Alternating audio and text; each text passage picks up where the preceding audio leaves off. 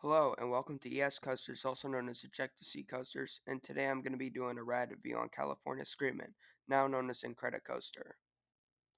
Incredicoaster seems just as good, but I still like the aesthetics for California Screamin better.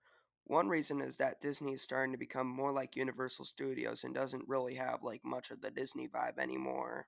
I actually did ride this coaster when it was California Screamin about 11 times in one day in March 2016, and I thought this ride was amazing at the time before I went to Cedar Point for my first time. This was probably in my top 5. Now that I've ridden hundreds of more credits, it's significantly dropped in my rankings. I really hope I can experience this ride as a credit coaster one day, but I haven't been able to make it out to Disneyland for a long time. I'm hoping to at least try making it out there in the next year or so. Anyways, let's get to it.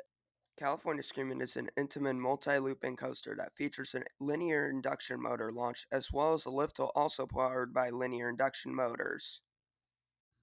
Construction started around the same time as when they started construction for California Adventure in 1998, but wasn't opened until the project was complete in 2001.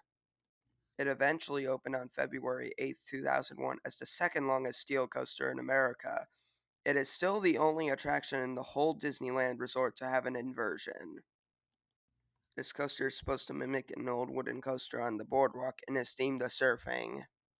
It also has scream tunnels because there are residential areas right around the area and they block out screaming from passengers, which many people think look weird, but I personally think it fits well with the coaster.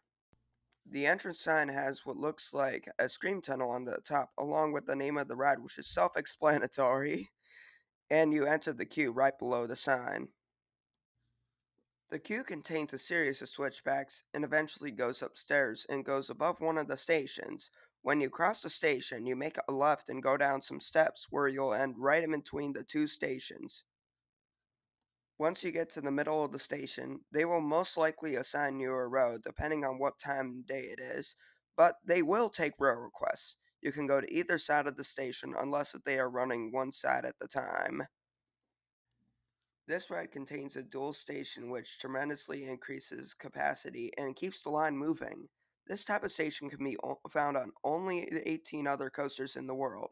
It's great for this ride because they can also add more trains to the ride and operate most of them at one time, as well as loading 2 trains at the same time.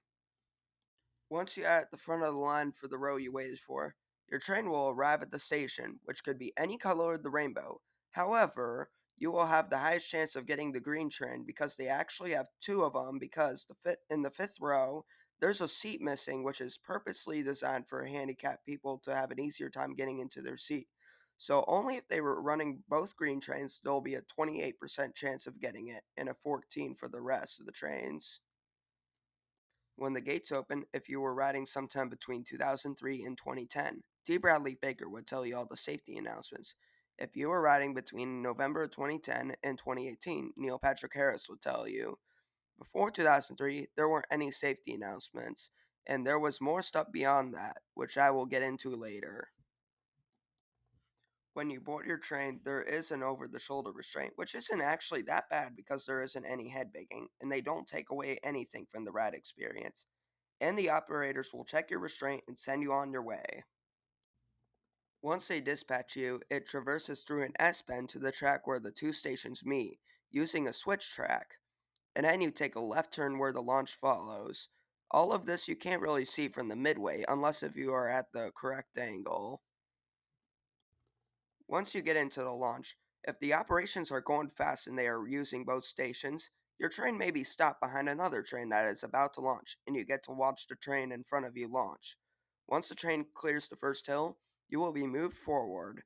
If you are riding somewhere between 2003 and 2010, D. Bradley Baker will say,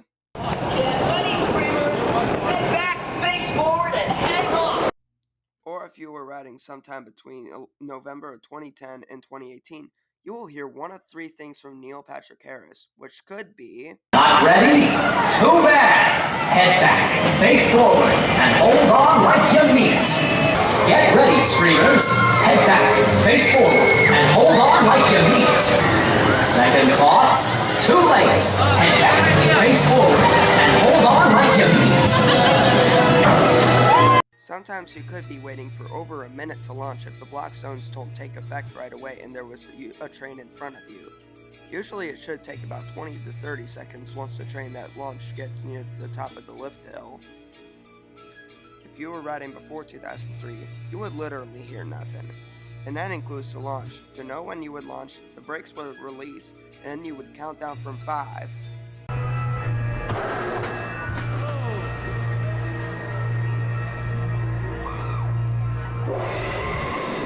Sometimes the brakes releasing wouldn't be consistently heard, so you would be launched unexpectedly.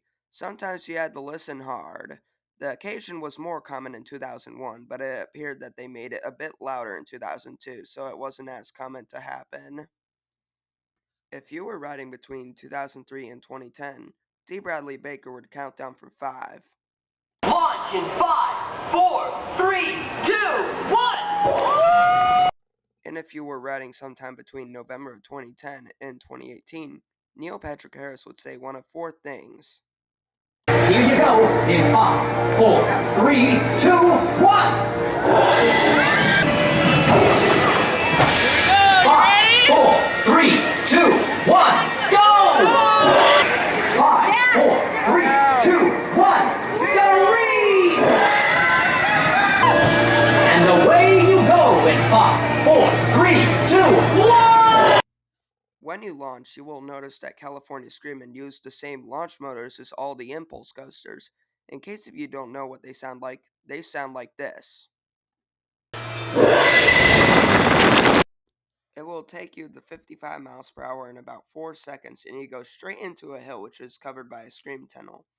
Then you descend at a fairly shallow angle and take a right turn into an incline that had some trims, but you barely feel them. Then you go into a turnaround. If you're riding no later than 2010, you'd have a pretty cool interaction with Maliboomer, which was an S&S space shot, which was replaced by Inside Out Emotional Whirlwind. Then you start descending and then bank to the left in a fairly high bank turn, which is followed by the 120-foot lift hill, which is powered by linear induction motors and sounds pretty similar to the ones on the launch. Once you get to the top, it's now covered by scream tunnels, and the onboard soundtrack starts to escalate as you get higher on the lift hill. Then you drop 108 feet, then go into an incline followed by a right turn, which is followed by the main part of what the ride is known for, which is obviously the vertical loop. After the loop, you go on an incline and some more trims, which again barely hit, and into another drop, which is covered by a scream tunnel. Then you go up into another turnaround on the outside of the structure at the first turnaround, and then you hit a curved incline. Then you will hit some more trim brakes, but this time they hit a little more, but they barely hit before the 2005 incident, which I will talk about later. Following that, you will go into 3 airtime hills that provide some good floater airtime. Then you hit the final trim brake, which then you will go in a 450-degree helix, where your on-ride photo is taken and it still is taken there today. After you complete the full turn, you will go into the final brake run where you will traverse back to the station, and you will enter back into either one of the stations at random, and the ride is simply over with. Now I'm going to talk about some of the incidents that happened on the ride.